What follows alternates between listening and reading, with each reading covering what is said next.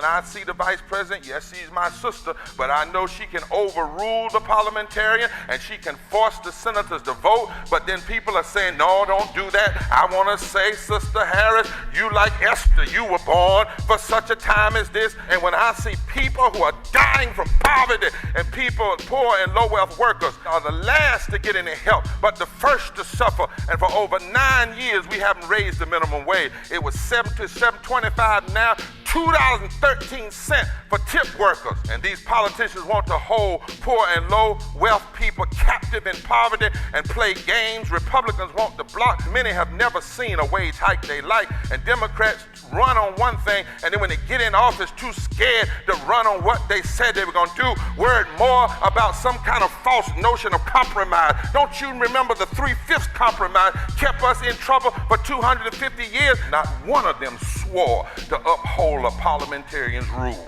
Not one of them swore. The president didn't swear to do it. The senators didn't swear to do it. And even when I see the president, I love him preach his inaugural sermon from this very pulpit. But when I see him say he's going to listen to the parliamentarian rather than listen to the people, the poor people, the low-wage people who have kept this country alive, who have been the first to have to go to work and the first to get affected and the first to get sick and the first to go to the hospital and the first to die.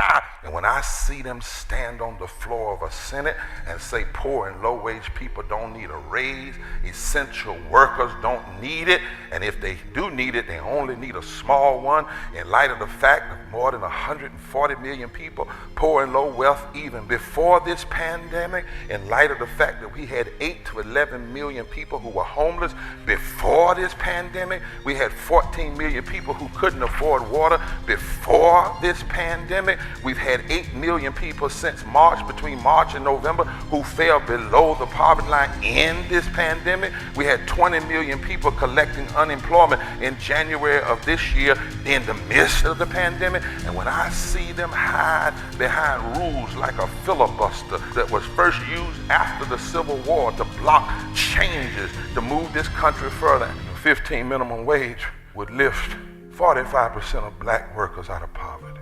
62 million people could ultimately be impacted. We need to move from here to where God wants us to be.